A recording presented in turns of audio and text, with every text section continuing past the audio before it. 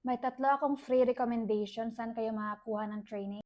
Number one, i-follow nyo si Brandon Yang sa YouTube. Meron din siyang website at meron siya dong free at saka paid course. Yung mga free content niya sa YouTube at sa website niya ay super ganda na. So, if gusto niyo ng paid, meron siyang paid PPC course. Actually, tinake ko yun. At okay naman siya. So, isa si Brandon sa mga finalo ko talaga since the beginning. And okay, goods talaga yung mga tips niya at it works talaga. So, number two, kung gusto niyo ng certificate, is ang Amazon mismo, meron silang mga trainings na merong certificate. Personally, as a beginner, parang mahirap siyang intindihin kung sa akin lang. Pero kung gusto niyo talaga na i-try, okay din naman. At meron kayong makukuha certificate after. Kasi ang pagka-layout ng courses nila, parang di ko bet. So, personal lang sa akin yon. So, number three is i-follow nyo si Destiny Vision sa LinkedIn.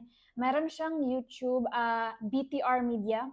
So, isa din siya sa pinaka magaling for me na sa Amazon space. So, sila ni Brandon yung mga finalo ko since the beginning. So, yung mga techniques ko at saka mga tips ay heavily influenced nila.